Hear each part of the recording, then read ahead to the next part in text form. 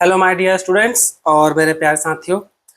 बच्चा लोग ना, ये जो आइटम इंक्लूडेड चाहे बोले एक्सक्लूडेड, डोमेस्टिक इनकम पे चाहे नेशनल इनकम पे, इस तरह क्वेश्चन में जो सबसे अधिक कंफ्यूजन होता है वो है क्या?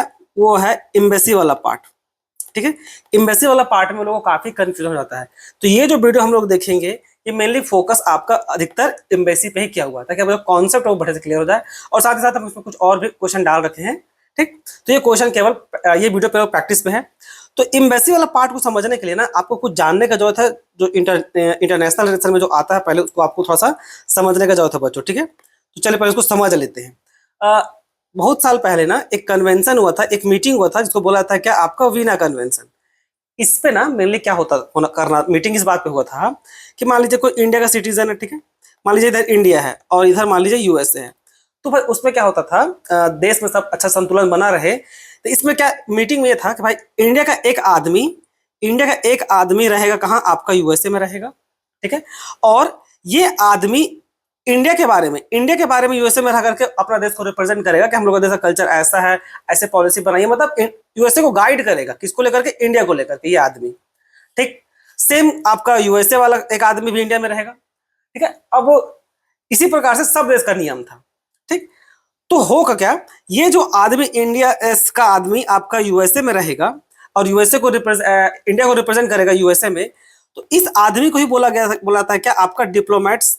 इसी को बोलते हैं हम लोग डिप्लोमेट, समझ लीजिए, या फिर इसको हम लोग बोलते हैं एम्बेसडर, जो एम्बेसी में रहेगा। अब इसमें कौन सी समझने की जरूरत है? ये आदमी कोई भी हो सकता है। वो इंडियन सिटीजन भी हो सकता है, वो यूएसए का या फ्रांस का, जर्मनी का, कहीं का भी हो सकता है। बस इसका काम मेनली ये होगा कि भाई ये रिप्रेजेंट करेगा किसको? इंडिया को। ठीक है, ये आदमी होने को कोई भी हो सकता है, याद रखिएगा। कोई जरूरी नहीं कि वो इंडिया का ही हो, ये कोई भी हो सकता है। बस कंडीशन क्या है भाई कि ये आदमी रिप्रेजेंट केवल इंडिया को करेगा, आपका यूएसए में रह करके। तो पहला चीज तो आपको यही समझना था। ठीक, अब दूसरा चीज जो आपको समझने का जो था सो समझिए। अब इस वीना कन्वेंशन में एक कुछ खास और भी डिसाइड किया गया। वो जो आदमी है, ठीक है, वो जो आदमी है, ये जो आदमी, इस पे आपको, ये आपका सिर्फ नॉलेज पर्पज के लिए बता रहे हैं, ये वाला पार्ट खाली जो अभी बताएंगे सो इस पे ना, ये भले इंडिया को जब रिप्रेजेंट करेगा और यूएसए में रहेगा, तो इस आदमी में यूएसए का कोई भी लॉ, नियम, कानून नहीं अप्लाई होता है। कोई भी लॉ। ठीक है, वो लॉ कहाँ का अप्लाई होगा? इंडिया का अप्लाई होगा। ये आपको बस एक जनरल नॉलेज पे था। अब जो काम का चीज है वो एकदम गौर से सुनिए। वो इसी मीटिंग से उठ के आया था। अब देखिए, इस आदमी को इस आदमी को रहने के लिए एक जगह भी तो चाहिए ना यूएसए में। तो यूएसए बोला कि ठीक है, मतलब उस मीटिंग में डिसाइड किया गया और सब सब देश के साथ ऐसा हुआ है। यूएसए बोला हम इसको एक अलग से एम्बेसी, एक जगह देंगे जिसको बोला जाएगा क्या? उसको बोला जाएगा इंडियन एम्बेसी। ठीक है, वो रहेगा यूएसए में ही। ये इंडियन एम्बेसी मान लीजिए आपका वॉशिंगटन में। ठीक है, वॉशिंगटन डीसी में है, वो वॉशिंगटन डीसी में है। बट ये जो नाम दिया गया इंडियन एम्बेसी, इसको ट्रीट ऐसे किया जाएगा कि भाई कि ये भले रहे है यूएसए में, बट ये कहलाएगा इंडिया का जमीन। ठीक है, ये भले है यूएसए वॉशिंगटन डीसी में, बट ये कहलाएगा आपका इंडिया का ही लैंड। ये सबसे इंपॉर्टेंट जो आप लोग समझते नहीं है। सेम लाइकवाइज इंडिया में हम लोग का चाणक्यपुरी दिल्ली में एक जगह है। तो चाणक्यपुरी में देखिएगा तो यूएसए का आपका एम्बेसी है। यूएसए का एम्बेसी है, तो वो जो यहाँ पर जहां पर भी आपको घर देखते होंगे, जो एक छोटा ऐसे एक बड़ा सा प्लेस दिया गया है यूएसए एम्बेसी को, और हर कंट्री को दिया गया है। तो जो यूएसए एम्बेसी है ना, यूएसए एम्बेसी जो न्यू दिल्ली में, चाणक्यपुरी में जो जगह है न्यू दिल्ली में, उस पर यूएसए एम्बेसी है। वो भले इंडिया का न्यू दिल्ली में है, बट इस वीना कन्वेंशन के तहत, ये जो वीना कन्वेंशन हुआ था ना, इस वीना कन्वेंशन मीटिंग में डिसाइड किया था कि भाई ये जमीन टेक्निकली बिलोंग करेगा किसको? यूएसए को, जैसा आपको यहां पर बताया था थोड़ा देर पहले। तो ये कॉन्सेप्ट बच्चों, अब देखिए क्वेश्चन को सॉल्व कीजिएगा ना एम्बेसी को लेकर के, तो आपको बहुत क्लैरिटी के साथ समझ में आ जाएगा। बस ध्यान में क्या रखना भाई, फोकस कीजिए एम्बेसी किसका है। जिसका एम्बेसी है वो जमीन उसका है। ठीक है, अगर वो इंडियन एम्बेसी है तो जमीन कहीं भी रहे, चाहे यूएसए में, चाहे जापान में, फ्रांस में, जर्मनी में, अगर वो इंडियन एम्बेसी है तो वो जमीन बिलोंग करता है आपका इंडिया का। इसी कॉन्सेप्ट को लेकर चलिए अब हम लोग क्वेश्चन को सॉल्व करेंगे। अब देखिए आराम से मक्खन की तरह क्वेश्चन आपका सॉल्व होगा, किसी प्रकार कोई कंफ्यूजन आपको नहीं आएगा। तो चलिए एक एक करके देखते हैं। ठीक है, तो ये हो गया मेनली बच्चों क्या? आपका डोमेस्टिक इनकम को लेकर के। ठीक है, जो आप बताएं। अब नेशनल, तो डोमेस्टिक इनकम में मेनली फोकस कीजिए क्या? लैंड पे। क्वेश्चन को सॉल्व करने एकदम सिंपल सा ट्रिक। डोमेस्टिक इनकम में सिंपली देखिए भाई लैंड कहाँ का है, किसका लैंड है, जिसका लैंड उसको डोमेस्टिक इनकम। नेशनल इनकम में केवल फोकस कीजिए क्या आपका सिटीजनशिप पे, कि वो आदमी नागरिकता कहाँ करता है, सिटीजनशिप बोलिए तो फिर उसको समझ लीजिए नेशनैलिटी पे, क्यों किस देश का नागरिक है, जिस देश का वो नागरिक होगा उसका नेशनल इनकम उसी का वो हो जाएगा, सीधा सा लॉजिक। ठीक है, तो चलिए इसी आधार पे चलते हैं। पहला देखिए लिखा हुआ है salary of local German hired by Indian embassy. जब वो थोड़ा पहले बताए थे भाई कि कोई जरूरी नहीं कि इंडियन एम्बेसी में, कोई जरूरी नहीं है कि इंडियन एम्बेसी में इंडियन ही काम करे, नहीं कोई जरूरी नहीं है। होता है क्या ना बच्चों, देखिए आप सोच के देखिए, अब एक अगर समझने पर्पज के थोड़ा और अगर आप समझना चाहते हैं थोड़ा नॉलेज गेन करने के लिए आप सोच के देखिए, अगर आप लोग को लगता होगा भाई क्या मेनली बच्चों को क्या लगता है, इधर इंडिया है इधर यूएसए है, तो यूएसए अगर यहाँ इंडियन एम्बेसी में मतलब यूएसए का एम्बेसी में आप लोगों को लगता होगा भाई कि वहाँ यूएसए का नागरिक को रखेगी, नहीं। जनरली बेटर क्या होता है कि इंडियन आदमी को ही पकड़ो और उसको यूएसए एम्बेसी में नौकरी देके रखो। क्यों? क्योंकि देखिए इंडिया में इस ये लोकल आदमी है ना, तो उसको इंडिया का अच्छा पकड़ होगा, इंडिया का अच्छा पकड़ होगा तो ये अच्छा से यूएसए को रिप्रेजेंट कर पाएगा। ठीक है, क्यों रिप्रेजेंट कर पाएगा? जब तक इंडिया ये जो आदमी है जिसको नौकरी दिया जा रहा है यूएसए का एम्बेसी में, भले ये इंडियन है, अगर इसको अपना कल्चर के बारे में नहीं पता होगा तो ये गाइड कैसे करेगा यूएसए को, इसलिए जनरली लोकल आदमी को रखना प्रेफर किया जाता है। ठीक है, तो यहां भी वही हो रहा है इस क्वेश्चन में कि सैलरी ऑफ लोकल जर्मन, एक लोकल जर्मन को local German guard hired by Indian embassy in Berlin, Berlin आपका जर्मनी का कैपिटल है। तो अब यहाँ पर क्या भाई इंडियन एम्बेसी में गार्ड रखा गया है इंडियन एम्बेसी द्वारा, भले वो कहां पर है आपका वो एम्बेसी बर्लिन में है, बट कहां पर इंडियन एम्बेसी में। तो यूना कन्वेंशन के तहत क्या फोकस कीजिए आप, डोमेस्टिक इनकम में केवल लैंड फोकस करना है ना, तो फोकस कीजिए लैंड किसका है, तो भाई इंडियन एम्बेसी लिखा हुआ है, तो इंडियन एम्बेसी का लैंड वो कहीं भी रहे कोई फर्क नहीं पड़ता, वो मुंबई वो कहीं भी रहे, यूएसए जापान फ्रांस बर्लिन कहीं भी, अगर वो इंडियन एम्बेसी है तो विना कन्वेंशन के तहत वो लैंड किसको बिलोंग करेगा, वो लैंड बिलोंग करेगा अपना प्यारा भारत देश को। क्लियर है, इसी के साथ वाइस वर्सा सबके साथ होगा। ठीक है, तो डोमेस्टिक इनकम में केवल फोकस करते हैं भाई लैंड पे, तो क्योंकि ये इंडियन एम्बेसी का लैंड है इसलिए डोमेस्टिक इनकम में वो ऐड होगा, इंक्लूड होगा। क्लियर है, अब सेम अब आ जाइए इस पे, अब फोकस कीजिए किस पे, नेशनल इनकम में। तो नेशनल इनकम में मेनली फोकस करते हैं भाई नेशनैलिटी पे, वो पर्सन कहाँ का है, तो भाई सैलरी ऑफ लोकल जर्मन, वो तो जर्मन सिटीजन है। ठीक है, लोकल जर्मन गार्ड रखा हुआ है, तो लोकल जर्मन है इट मींस व्हाट, क्योंकि वो जर्मन का नागरिक है इसलिए वो नेशनल इनकम में एक्सक्लूड होगा, मतलब वो इंक्लूड नहीं कहलाएगा। समझ में आया, उसमें केवल नेशनैलिटी पे फोकस करेंगे। आगे बढ़ते हैं, rent paid by Indian embassy in USA to a local American landlord.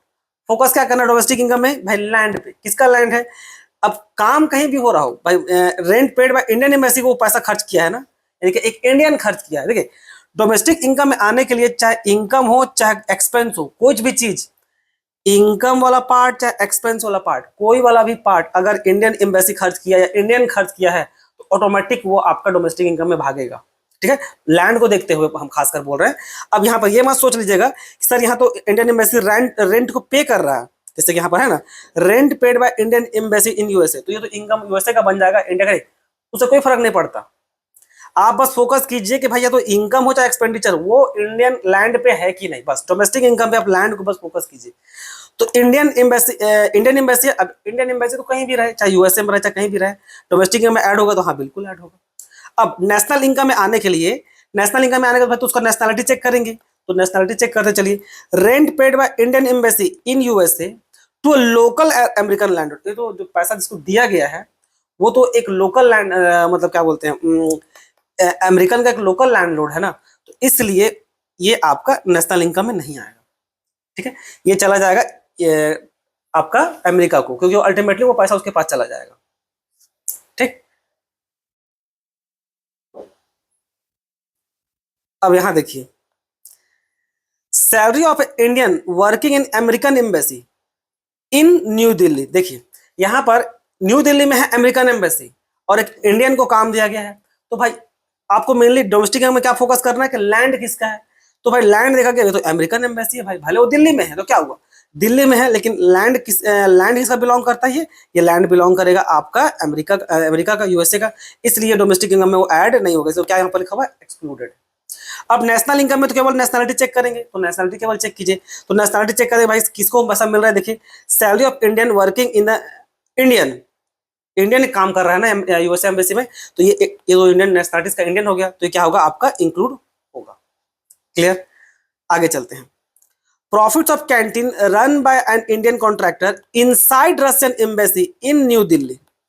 तो डोमेस्टिक इनकम के आने के लिए फोकस कीजिए, लैंड किसका है, तो भाई वो काम कर रहा है इनसाइड रशियन एम्बेसी, तो इंडिया का लैंड है ही नहीं, तो क्या होगा वो एक्सक्लूड हो जाएगा। ठीक है, अब नेशनल इनकम में आने के लिए हम लोग फोकस करेंगे नेशनैलिटी पे।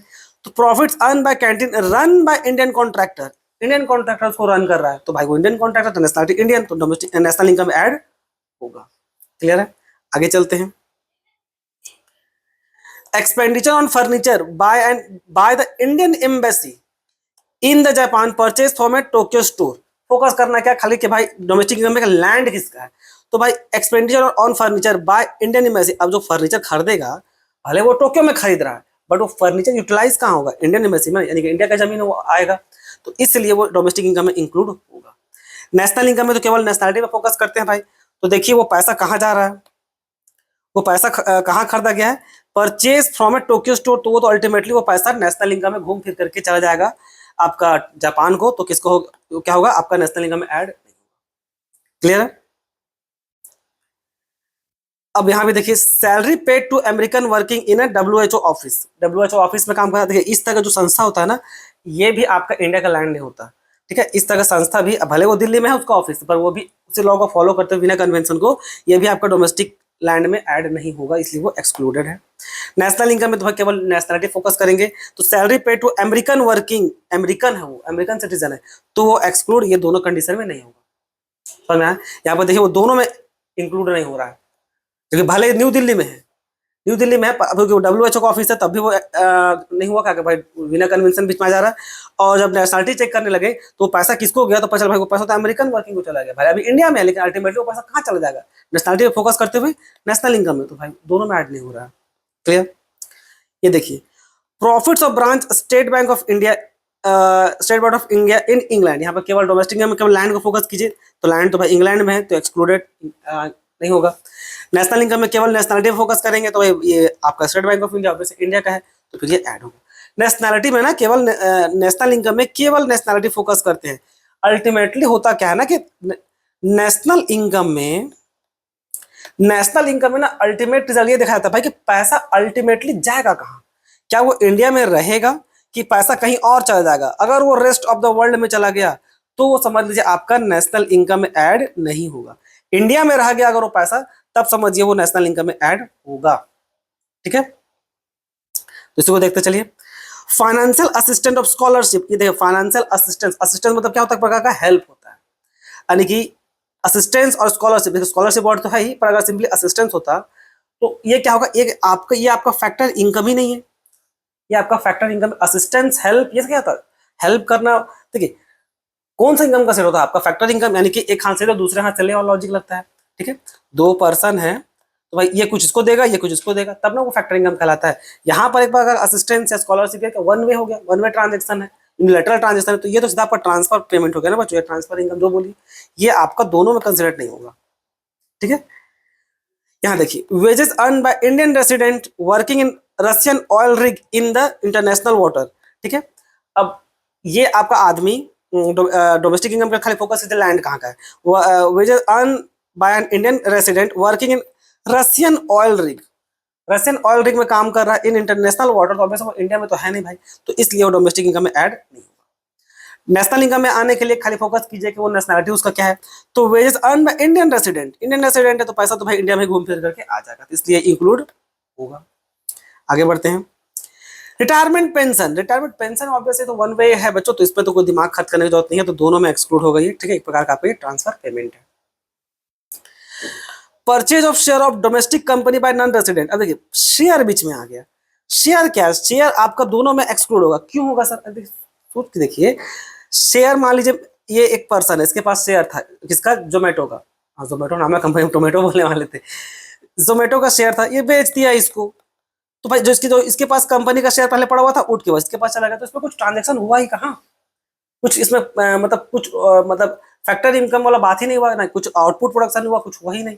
तो सिंपली ये उसके पास उठ करके इसके पास चला गया, जो पहले ये शेयर इसके पास था, अब ये डिजिटल फॉर्मेट में इसके पास आ गया। तो कुछ नया प्रोडक्शन कुछ कहाँ हुआ, ठीक है। हाँ, अगर यहाँ पर बीच में कोई ब्रोकर होता, बीच में कोई ब्रोकर जैसा पहले हुआ करता था, अब तो एप्लीकेशन सब है, अगर बीच में वो ब्रोकर होता और वो इसका शेयर को इसको बेचने में हेल्प करता और उसके बदले में अगर वो कोई कमीशन चार्ज कर लेता ना, ये तो सर्विस जनरेट हो गया ना, ये कमीशन तो अगर सर्विस जनरेट कर देता तो फिर ये फिर ऐड हो जाता, समझ में आया, फिर ये ऐड होता। पर यहाँ पर इस क्वेश्चन में ऐसा कुछ जिक्र नहीं है सर्विस कमीशन का, तो इसलिए दोनों का ये एक्सक्लूड होगा, ठीक है। Next, compensation paid by German company to Indian victim of a technical glitch. अब देखिए कुछ हादसा हुआ होगा, दुर्घटना हो गया, जैसे इंडियन गवर्नमेंट भी देती है जिसको हम लोग मुआवजा या कंपनसेशन बोलते हैं। तो ये तो बच्चों एकदम वन वे है ना, किसी को चोट लग गया तो उसको आप सिंपली हेल्प कर दे रहे हैं, या बोलिए एक मतलब एक सिटीजनशिप का फर्ज, मतलब एक देश का फर्ज निभाना पड़ेगा भाई, तो कंपनी इसको चढ़ जाएगा इसको मारने कूदने के लिए, तुम्हारा लापरवाही कारण इंडियन लोग को जान गया। इंडिया में ऐसा होता है, आप देखते हो नॉर्मली। तो होता क्या है, इस तरह का भी ये आपका ट्रांसफर पेमेंट है, तो ये दोनों में आपका इंक्लूड किसी में नहीं होगा, ये आपका एक प्रकार का बच्चों ट्रांसफर पेमेंट है, ठीक है। तो ये सब तरीका है दिमाग को थोड़ा समझने का, ठीक है। कौन सा इनकम कंसिडर होता है, केवल आपका फैक्टर इनकम होगा, ट्रांसफर पेमेंट या ट्रांसफर इनकम नहीं होता है ऐड किसी में भी, क्योंकि कुछ जनरेट ही नहीं किया, ना सर्विस ना आपका आउटपुट। आगे देखिए, ये लास्ट है, service of Indian consultant provided to French firm via the internet from India. तो डोमेस्टिक इनकम में फोकस कीजिए, क्या केवल लैंड, तो भाई वो इंडिया से सर्विस दे रहा है, इंडिया से सर्विस दे रहा है, इट मीन शॉर्ट कि भाई वो आपका डोमेस्टिक इनकम में ऑटोमेटिक आ जाएगा। हाँ, नेशनल इनकम में फोकस कीजिए नेशनैलिटी को, कि भाई वो पैसा किसको जाएगा, ठीक है। तो service provided by Indian consultant provided to a French firm, ये सर्विस दे रहा है via the internet from India. तो भाई सर्विस अगर इंडियन कंसल्टेंट दे रहा है तो पैसा घूम फिर करके आपका यहाँ आएगा, ठीक है। किसको दे रहा है वो मत देखिए, प्रोवाइडेड टू, अरे देखिए सर्विस दीजिएगा तो बदले में पैसा तो लीजिएगा ना, तो पैसा लीजिएगा तो वो तो आपका मतलब ये जो इसका इनकम बनेगा इंडियन कंसल्टेंट का, तो वो तो इंडिया का नागरिक है, तो वो नेशनल इनकम में इंक्लूड यहाँ पर। तो ये था बच्चों, और भी किसी प्रकार का भी अगर आपको कंफ्यूजन हो गया हो, आई होप नहीं हुआ होगा, हमको नहीं लगता कहीं आपको कंफ्यूजन होगा, फिर भी मन में अगर कोई भी डाउट हो तो एकदम कमेंट सेक्शन में पूछिए, ठीक है। इसमें इतना ही, धन्यवाद।